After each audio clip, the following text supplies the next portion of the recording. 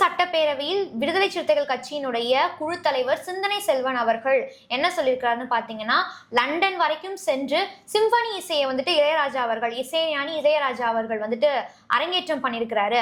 அப்படிப்பட்ட அந்த இசையை தமிழக மக்களும் கேட்டு மகிழ வேண்டும், அதற்கான நடவடிக்கையை தமிழக அரசு எடுக்க வேண்டும் என்று தன்னுடைய கோரிக்கையை அவர் முன்வைத்திருக்கிறாரு.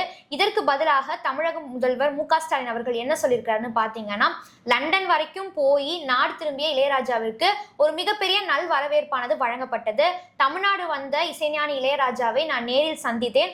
அவரிடம் அந்த சிம்பனி இசையை தமிழக மக்களுக்கும் நம்ம வாசிச்சு காமிக்கணும், தமிழக மக்களும் அதை கண்டுகளிக்க வேண்டும் என்று கேட்டதற்கு, கோரிக்கை வைத்ததற்கு 400 இசைக்கலைஞர்களை ஒன்றாக அணிதிரட்டி வரவழைத்து இப்படி ஒரு இசை நிகழ்ச்சி அரங்கேற்றுவது என்பது ஈஸியான விஷயம் கிடையாது, மிகவும் கஷ்டமான விஷயம் அப்படின்னு சொல்லியிருக்கிறாரு.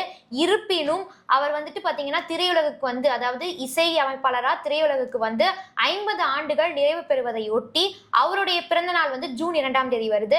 அன்னைக்கு அவருக்கு ஒரு பாராட்டு விழாவானது நடத்த உள்ளதாகவும் தெரிவித்துள்ளார்.